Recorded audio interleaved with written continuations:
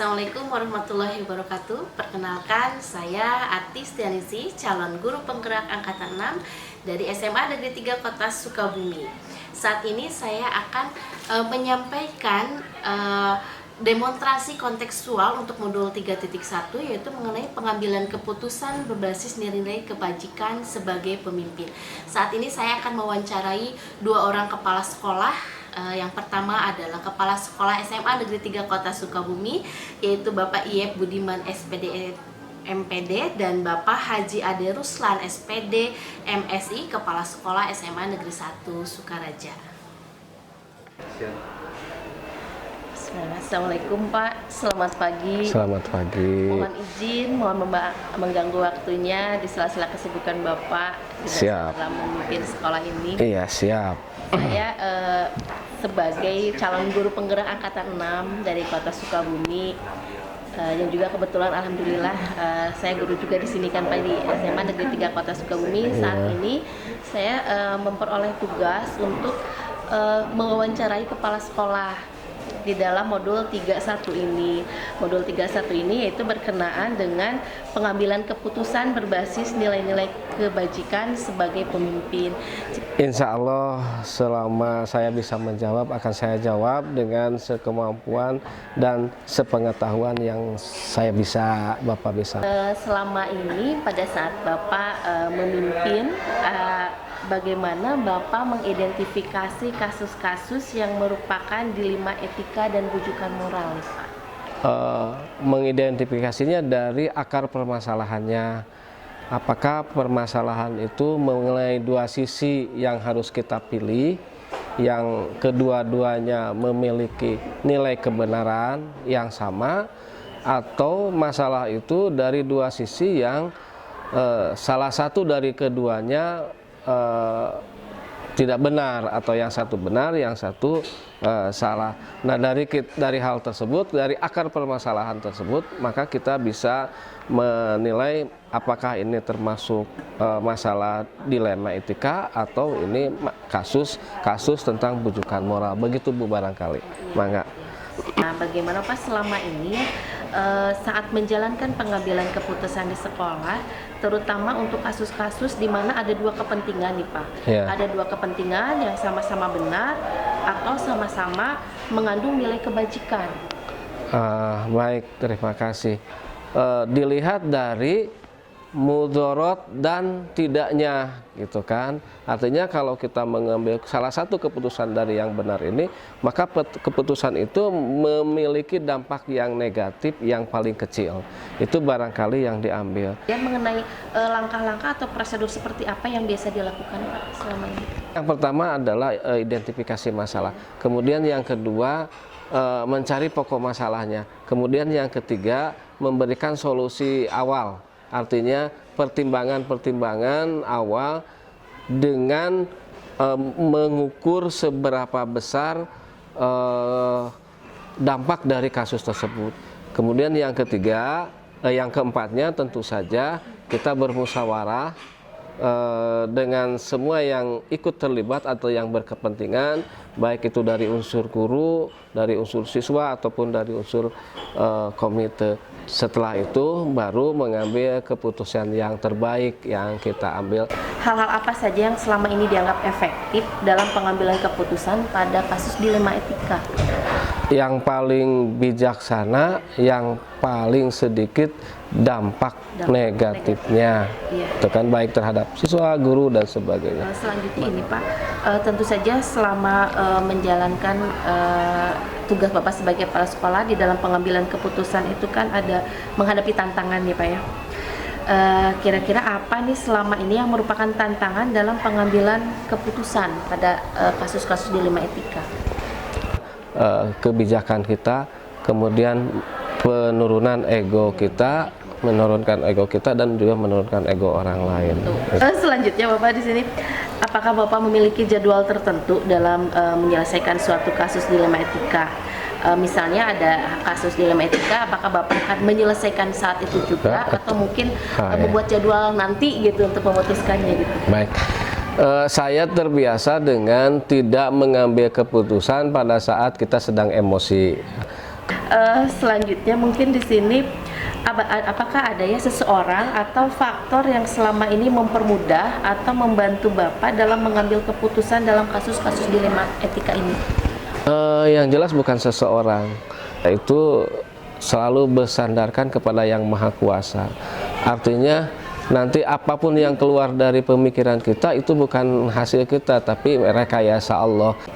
Baik Bapak, terima kasih. Selanjutnya di sini Pak, dari semua yang sudah disampaikan, pembelajaran apa ya yang dapat dipetik dari pengalaman Bapak di dalam pengambilan keputusan dilema etika? Sebagai pemimpin, ya kita harus berjiwa besar, harus mau mendengar, dan juga harus bertindak yang adil dalam setiapnya. Kemudian yang keduanya, pengalamannya adalah setiap masalah pasti ada solusi. Setiap masalah pasti ada solusi, dan solusi itu kita dapatkan dari pengalaman yang pernah kita lalui. Dan ketiganya, tetap optimis, ya. Terima kasih atas wawancaranya. Mohon maaf telah mengganggu waktunya. Terima kasih Pak. Sama-sama. Assalamualaikum warahmatullahi Waalaikumsalam warahmatullahi wabarakatuh. Assalamualaikum Bapak. Waalaikumsalam. Selamat pagi. Mohon maaf mengganggu waktunya. Saya Atis Tianisi, calon guru penggerak angkatan 6 dari SMA Negeri 3 Kota Sukabumi. Iya. Saat ini saya sedang menyelesaikan modul 3.1. Saya diminta untuk mewawancarai kepala sekolah mengenai pengambilan keputusan berbasis nilai-nilai kebajikan sebagai pemimpin. Oke. Jadi mohon waktunya untuk saya ada pertanyaan mengenai beberapa hal. Oke. Ya, mudah-mudahan saya bisa menjawab ya. Insya Allah. Mungkin pertanyaan pertama seperti ini Pak. Selama Bapak memimpin ini, bagaimana Bapak dapat mengidentifikasikan kasus-kasus yang merupakan dilema etika atau rujukan moral? Ketika saya mengambil sebuah keputusan, yang pertama saya mencari tahu dulu akar permasalahannya sebetulnya apa, gitu ya.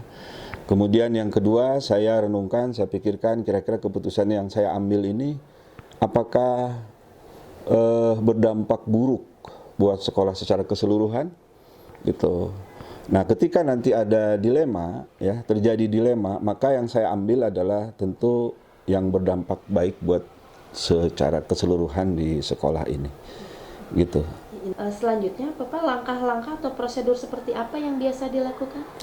Karena prinsip saya yang saya terapkan adalah pendekatan humanis, pendekatan kemanusiaan. Karena setiap orang pasti punya masalah. Lalu ketika kita tidak tahu persis masalah itu, kita akan timbul nanti salah menilai. Maka ketika tahu persis permasalahannya, kemudian saya baru mengambil satu langkah-langkah keputusan. Selanjutnya Bapak, hal apa saja yang selama ini dianggap efektif dalam pengambilan keputusan pada kasus-kasus dilema etika? Kembali ke awal tadi, yang paling efektif itu adalah dari segi komunikasi kalau saya. Tapi saya pemanggilan secara individu, kemudian diajak ngobrol, kemudian saya langsung menyelesaikan dengan orang tersebut. Lalu ketika itu berdampak dengan orang banyak, saya bertanggung jawab dan saya sampaikan kepada orang tersebut. Selanjutnya Pak, hal apa saja yang selama ini merupakan tantangan dalam pengambilan keputusan pada kasus-kasus dilema etika? Banyak tantangan. Setiap kasus yang muncul dengan pendekatan yang humanis, artinya saya sebisa mungkin tidak melanggar aturan. Kemudian juga saya selalu memperhatikan rasa keadilan, rasa kemanusiaan, dan alhamdulillah selalu bisa diselesaikan. Alhamdulillah ya Pak ya. Ya. Apakah Bapak memiliki jadwal tertentu dalam menyelesaikan sebuah kasus? Misalnya pada saat ada kasus, apakah langsung diselesaikan saat itu juga, atau mungkin stop dulu, breakdown, kemudian ada jadwal tertentu untuk menyelesaikannya? Karena saya perlu pertama mempelajari dulu latar belakangnya. Kemudian yang kedua, jangan mencari informasi dulu dari berbagai pihak. Ya. Setelah itu baru saya jadwalkan untuk penyelesaian. Jadi saya tidak punya jadwal khusus. Kemudian ketika kasus muncul pun saya tidak reaktif langsung menyelesaikan, enggak. Karena kalau saya berpikir kalau penyelesaian kasus secara tergesa-gesa itu saya takut keputusan yang saya ambil itu kurang tepat. Selanjutnya Bapak, adakah seseorang atau faktor apa yang selama ini mempermudah atau membantu Bapak dalam pengambilan keputusan? Oke. Selalu melibatkan para wakil kepala sekolah. Ketika ada kasus-kasus tertentu, saya selalu berdiskusi dengan teman-teman para wakil kepala sekolah. Saya perbuat di sini itu selalu berprinsip kepada kemaslahatan orang banyak. Jadi Intinya itu ya Pak, jadi setiap keputusan pun harus membawa kemaslahatan betul. bagi orang banyak. Iya. Yang terakhir Bapak di sini, mungkin dari semua hal yang telah disampaikan itu, pembelajaran apa yang dapat dipetik dari pengalaman Bapak di dalam pengambilan keputusan berbasis dilema etika ini? Pembelajaran yang paling penting adalah bahwa seorang pemimpin itu harus lebih menekankan pada pendekatan humanis. Terima kasih. Oke, siap. Terima kasih atas waktunya. Oke, terima kasih Assalamualaikum sama-sama. warahmatullahi Semoga wabarakatuh. sukses ya. Ya, terima kasih Bapak. Waalaikumsalam. Baiklah, hasil dari wawancara kedua kepala sekolah tadi, saya bisa merefleksikan bahwa secara garis besar mereka berdua telah menerapkan pengambilan keputusan yang berbasis nilai-nilai kebijakan sebagai pemimpin dengan menggunakan 4 paradigma, kemudian 3 prinsip, dan juga 9 langkah pengambilan keputusan. Sekian, terima kasih. Wassalamualaikum warahmatullahi wabarakatuh.